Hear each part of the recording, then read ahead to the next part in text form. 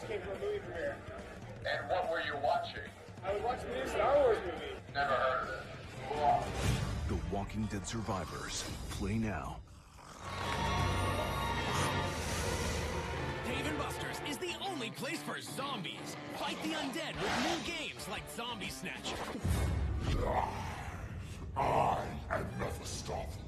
Soon, your souls will belong to me.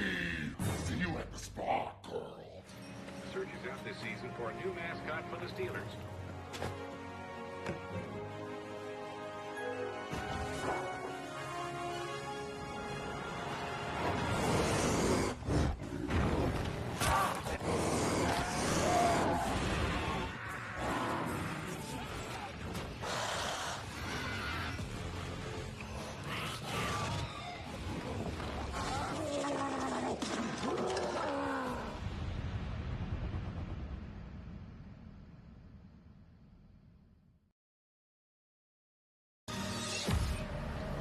Forced to leave their planet.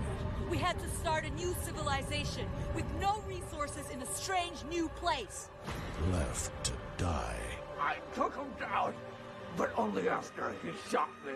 But that wasn't enough. If we can find this fire, it will bring life back to our dying planet. And all of the community will have sustainable drinking water again. You will not do this to my people again. Give me that fire. With danger at every corner.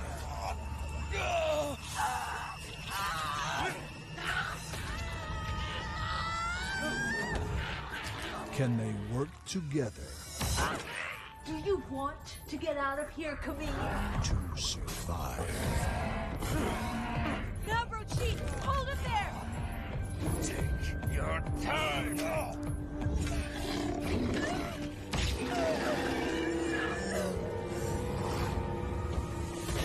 Alien planet.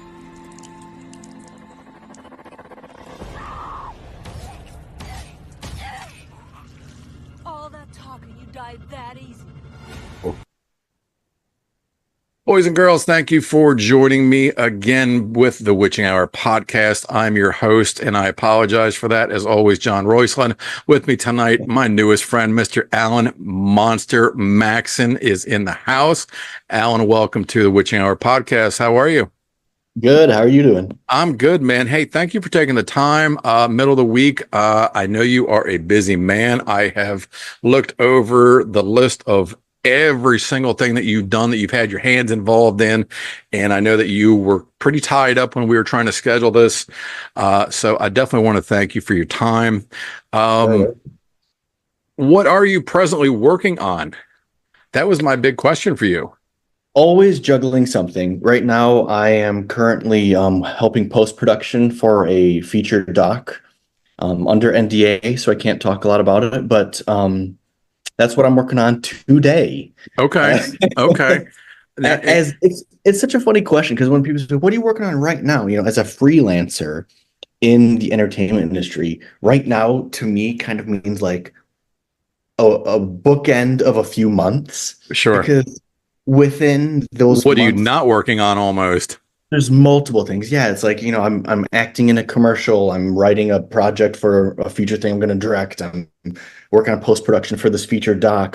You're always juggling. So it's an interesting world, especially in modern day for the entertainment industry, is you're always juggling. And, Right. and there's what you're working on. It's like, oh man, I guess a lot. But today I'm working on a feature doc, and I'm on my lunch break with you right now. I don't want to get you in trouble with anybody, so I will make this as painless as possible. Real quick, though, before we get into the now, how did you become? Where did your history, your education, how did you get into the entertainment business? I am so glad you asked this. This is something that I don't bring up voluntarily, but I always hope people do, because I would like to preach. I'd like to preach to people. Oh, everyone's worried. What's he going to preach about? Unless you have scholarships, grants, or somebody paying you Right. or paying for you, do not go to school for film and television. Thank you. I unfortunately did, but I come from a generation that I'm probably the last of the generation that is this world. Everything below me, I think, is a little bit smarter and more aware of that schools are a scam and overpriced, unless you're a doctor or a lawyer or something that Sure. you need it. But when I was in school, same with you, we were told if you don't go to college, You will be nothing. You're gonna flip burgers the rest of your life. And also when I was in high school, 9/11 happened. And I was in a very poor high school, so we had Army guys like vultures. Literally every day, you could not eat your lunch in peace trying to recruit you. It was, to me, it felt like we were on the verge of a potential draft. Like you heard rumblings of it, and like they were there heckling you every day to join the Army. So was this in Michigan? Because I know that's where you were born. Okay. And they treat poorer areas, more rural areas differently than upper class. And they target them more. Yep. So, at that age range, it was, the parental generation saying college or you're going to be a loser. Right. And then at school in the lunchroom, college or you're going to get drafted and go die in a war. So I did go to school, and I went to school for film. Mm-hmm. And I will tell everybody the reason why I say if you have scholarships or grants or parent paying for your ride, do it. You got nothing to lose. Sure. But if you have to take out a loan, I can guarantee you it will burden you your entire adult life. Right. And it does not help. It's not even on my resume. No one knows I went. No one gives a shit. You still have to start at the bottom and work your way up. So can I ask where you went to school? No, because I don't want to promote them. I don't want to give Okay, good. No, and I'm totally fine with that. I really am. It's a credible, good film school. And it's just ridiculous, the cost of it. And, sure. I imagine, that was in 2003. Right. So I imagine it's 2 decades later, even more. I mean, they say it averages what, about $100,000 a year if your kid is going out of state and going and staying. Shit, I don't make that. Dude, nobody does. Right. I'm as you saw, I do a lot of stuff in the big bad Hollywood. Everyone thinks we make a lot of money. You don't make enough to pay your student loans. And that's why your biography has 100,000 things on it, because you've got to stay busy. You can't just do one project and say, I'm done, man. I'm a millionaire. I'm retired now because I'm Hollywood. And I appreciate that. I appreciate that honestly so much. Now, so all right, before I jump even farther into the now, I did an interview with BJ McDonald a couple months ago, filmmaker, cinematographer, and he is kind of warned the new future of people that are involved, want to be involved, even those who are already involved, the fear that everyone has of AI, of people losing a lot of jobs. Is that something that concerns you with certain aspects of what you are trained in to do? Yes and no. It's a loaded question. And unfortunately, fear can kind of let our imaginations go wild. Of course. But it is also something to preemptively try to nip in the bud in advance. Right. I look at AI as similar to, I'm assuming your audience, being the film buffs, has probably heard the story of Phil Tippett and seen all the interviews of Jurassic Park came and wiped away all of his stop motion career, and he had to do a big switch, and it was mentally exhausting and difficult for him. He now owns a big studio, Tippett Studios, and they do a ton of VFX and I believe practical stuff too, but he adapted and he changed. But that is kind of what I think AI is currently doing with different stuff. Not necessarily like animation as well, but also editorial, image creating. There's a lot to it. And I think even mocap, I could potentially see a very soon future where you don't need a mocap volume and you don't need optical cameras or optical balls. You can just act without anything. which is going to put a lot of those people out of business. Obviously, yes, it can create other jobs. Sorry, my cat Zira really No, wants to join. She was tapping me to put her up. of course. But so yeah, there's a fear of AI, but also at the same time, it can't.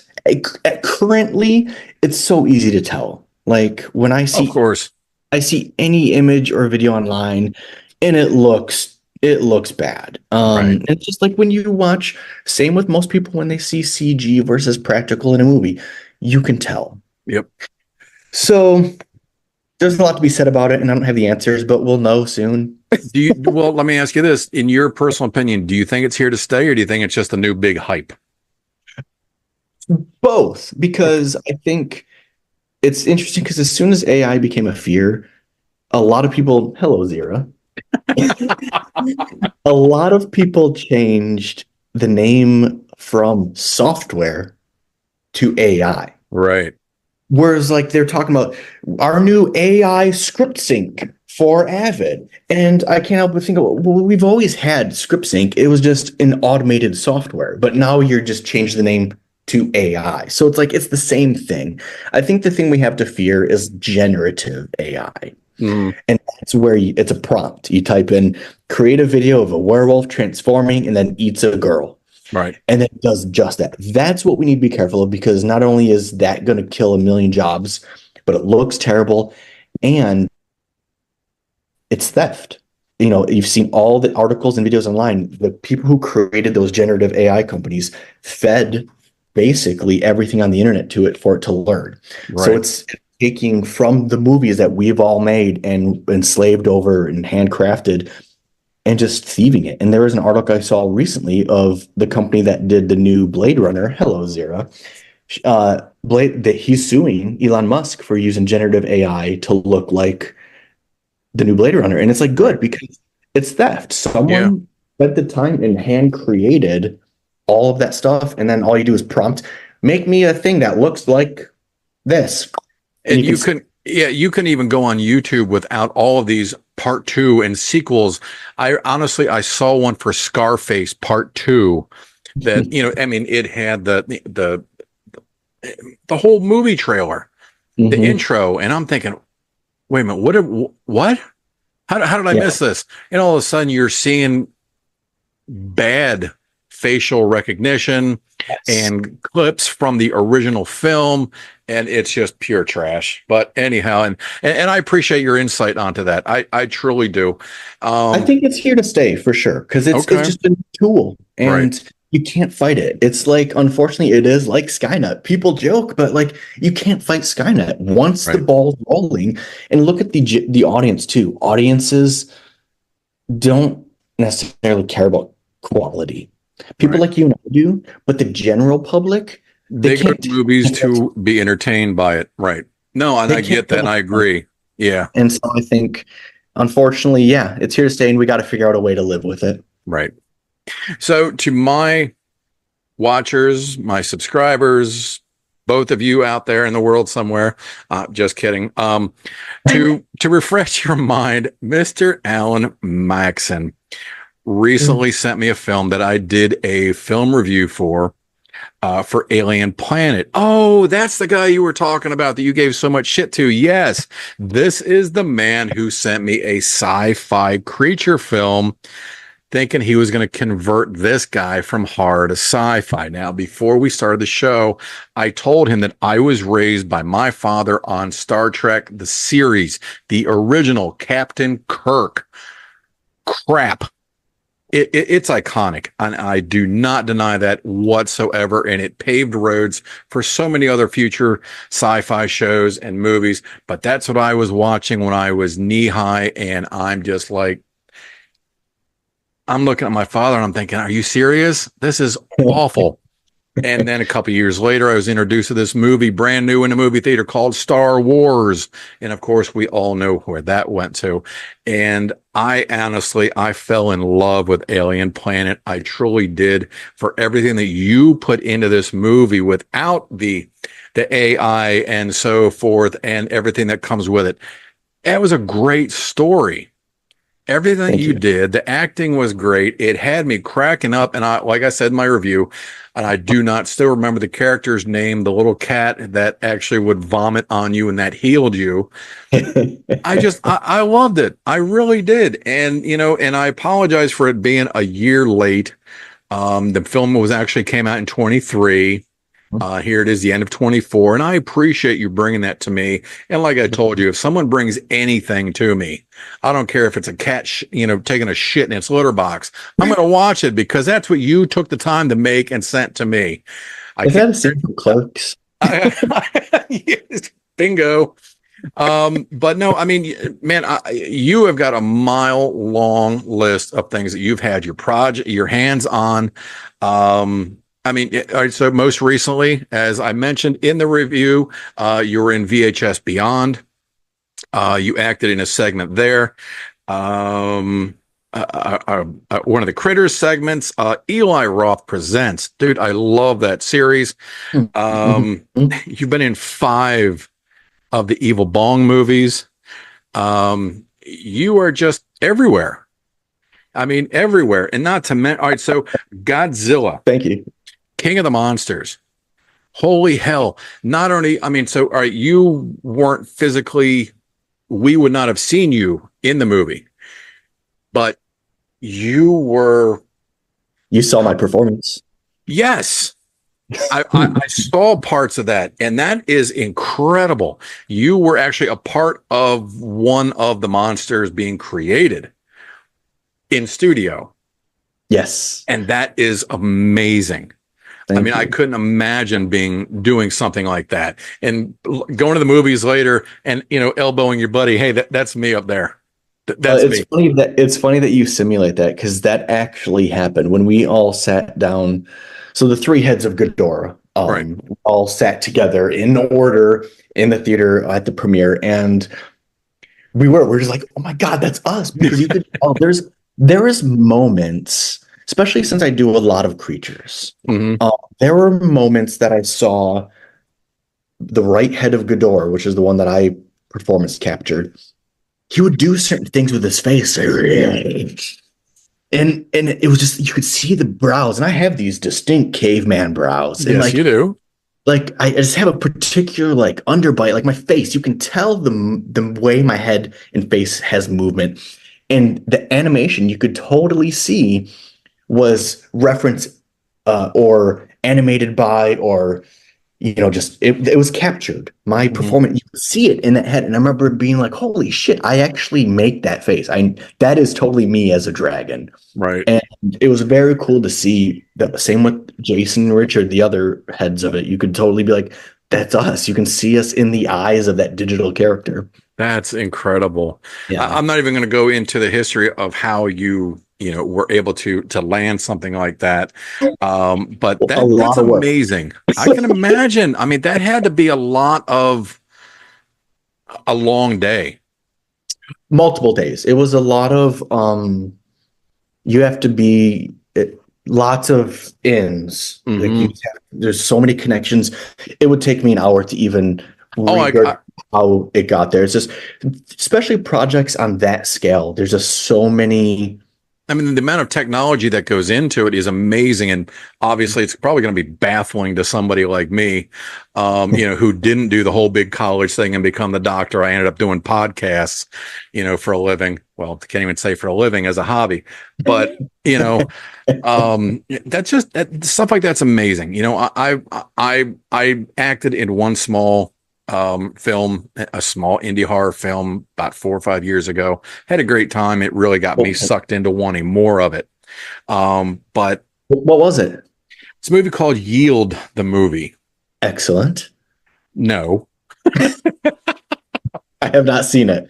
No, it was a good time. It was a huge learning curve. I met some great folks on it. And like I said, just from having done that, it was my first time ever. That's what really drew me in to being more than just a horror fan, of actually wanting to have my foot in that door. And I'm looking at all the things that you have done. It's not just acting.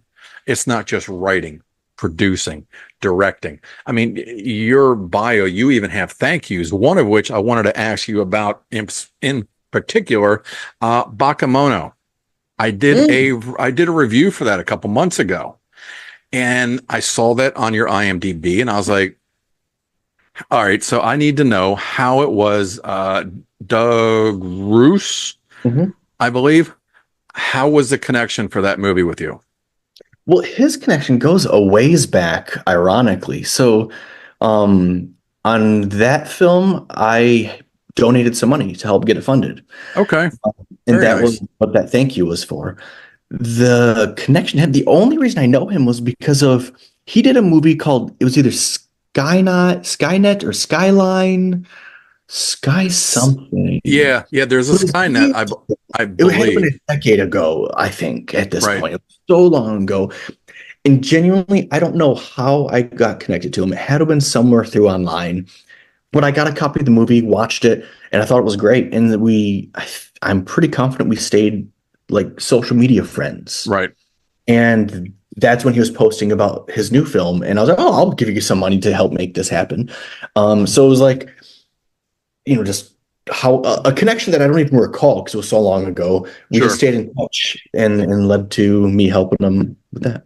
That was a crazy movie too. The Bakemono. I don't know if you ever got to see the finished product, good. but Yeah, that well was it was a unique film. I did enjoy that, and I do apologize for bouncing back and forth. Again, you've got so much on your plate, and I'm trying to jam so much in because I know you got to get you're back to fine. work. I want you to be able to push Alien Planet. Talk a little bit more about that with us, where that came from, inspired, and just everything. Go for it, please. So Alien Planet is an idea that I had for a very long time. Those are my favorite films. I love those. To me, Alien Planet is like Enemy Mine, V, Yes. the series, Alien Nation, Star Trek, and I think it's particularly even the, two warring people stuck together on a island or planet, whatnot, is such a sci-fi trope. It's in literally everything. There's episodes of Star Trek that is exactly that. Enemy Mine is exactly that. I did a film in Indonesia last year that is exactly that. It's a very, very common sci-fi theme for a reason, because humans are prejudiced, shitty, and terrible to each other.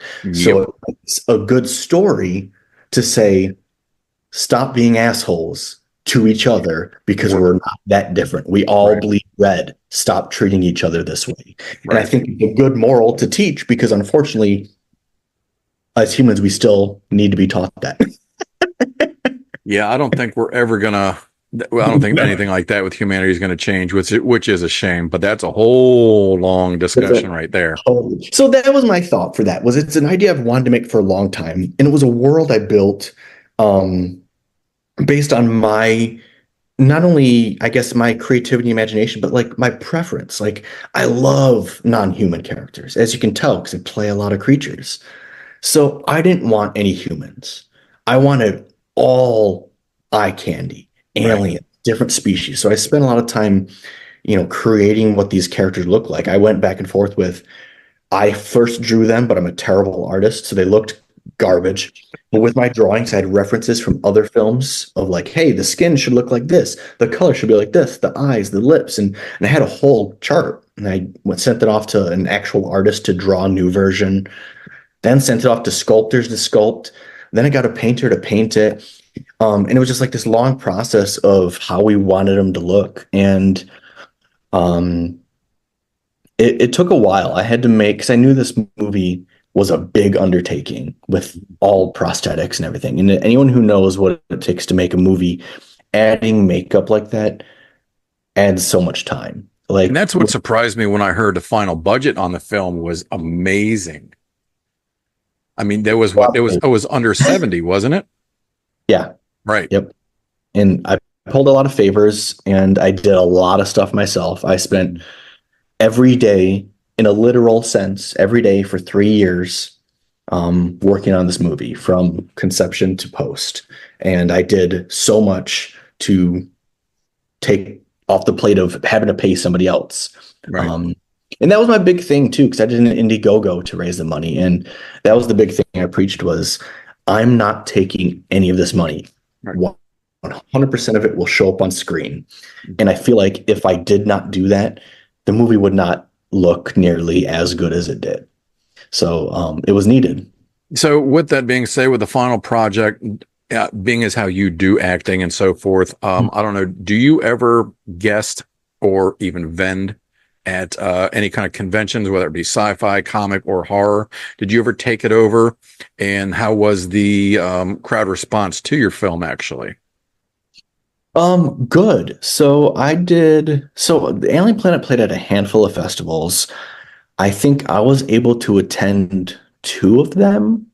And it was great. Like, I think because film fests are filmmakers. Right. So people know what goes into it, and people see when you do have that heavy of practical effects and whatnot on a small budget, people do tend to be wowed and go, holy crap, how did you do that for $70,000? Right, right. So I'm very happy with the critical response from people who know how to make movies. It's been very rewarding to see the compliments from that. And I did want to find out, how did you select your casting for this? I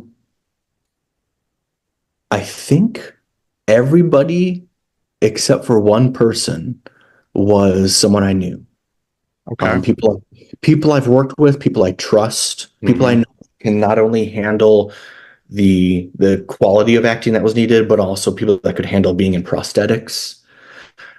People that I know would be interested in the concept. And also we were in difficult terrains. You know, we had a lot of it was outdoors where the plants are not just the fake plants in the movie, but the real ones are sharp and they're stabbing you. And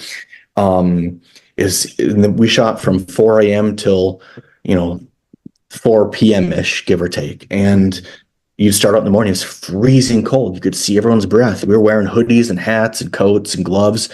And then by noon, it was scorching hot. We're all taking everything off, t-shirts and shorts. I mean, it's a true LA desert, super cold, super hot. While you're in uncomfortable prosthetics, it's not a mask. You can't just take it off. It's glued on. Right. You take it off, you ruin it.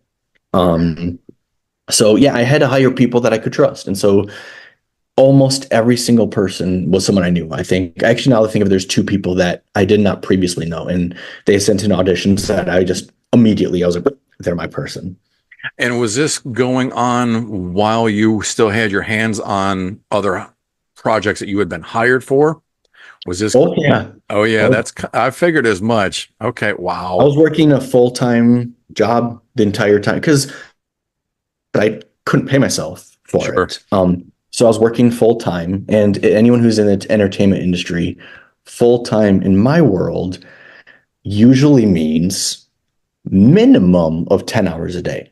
Right. So we don't work 40 hours a week like everybody else. We work 50. So a lot of productions, if you're on set, it's 12 minimum, but I do a lot of post-production. So mine are 10s. So I'd work 50 hours a week on top of every day working on this movie. So it was a very tiring 3 years, I'll tell you that. So to any indie filmmakers that are out there that happen to stumble across this and watch it, are there any words of advice, do or don't, that you can throw to them? The do is I would say just do it. Do it. In the words of Palpatine, do it. All right. Or the Shia LaBeouf screaming at the camera thing. I don't know what that's actually from, but he screams, do it. He probably doesn't know either. But for real, so I also sent you, when I sent you Alien Planet, I sent you a couple other films. Which I'm not going to lie to you, I have unfortunately not had time to sit down and enjoy yet. And I apologize. I don't expect you. But there's one called Christmas with Cookie, and that was my first film outside of school, outside of college. And I made that for $1,000. Wow. So I can tell you, just make a movie. If that's what you want to do, it will be bad. I warned you, John. I said, when you watch Christmas with Cookie, either be drunk or high. Yeah, no, you did. You did. It's fun. Like it's now notorious for being, people love how bad it is, and it has a rap song that you can put on your Instagram stories and everything.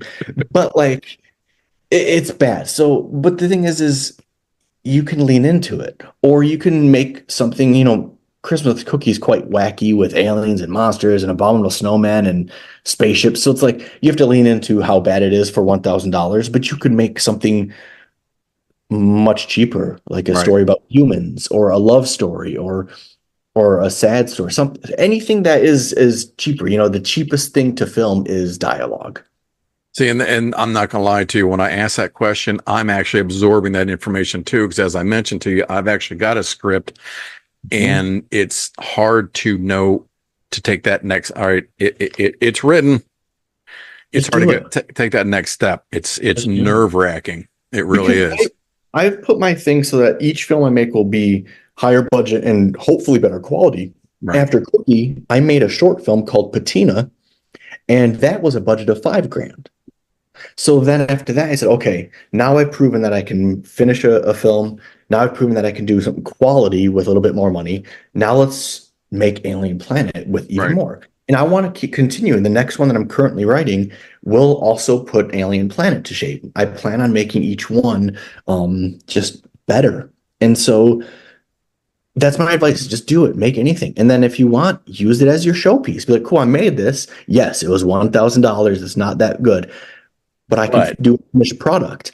Then you can potentially get investors or crowdfund or anything in order to make the next one. And slowly, it's baby steps, Right. That's awesome. Hey, Alan, I hate to do this. Don't do it. Powers that be with Zoom are getting ready to close the doors on us. I know you are a busy man and you are on lunch, and I'm keeping you from eating the California plate, I'm sure, as you would be having out there. Boys and girls, Alan Maxson, check out his latest feature, Alien Planet. Yes, it is a sci-fi. I don't care what you say. But it has elements of horror-ish. I think that's why. And and it does have good gore. It's got a lot of blood into it. So take that and just fucking watch the movie. Seriously. 11 gallons, by the way. 11 gallons. See, that's a lot of goddamn. Yeah. All right. So anyhow, it is available on Tubi for free, as is this guy on Roku. Please download my channel. It is for free if you have Roku. Also, please hit the subscribe button down below. Alan Maxson, thank you so much for joining us. I can't wait to talk to you again. And once you finish up, get started and finish your next project, I'm definitely going to want to be hearing from you again. The Witching Hour. Yes. Take care, boys and girls. Alan, thank you again. And as always, everyone, please, out there in Hollywood land and horror land, please keep it evil.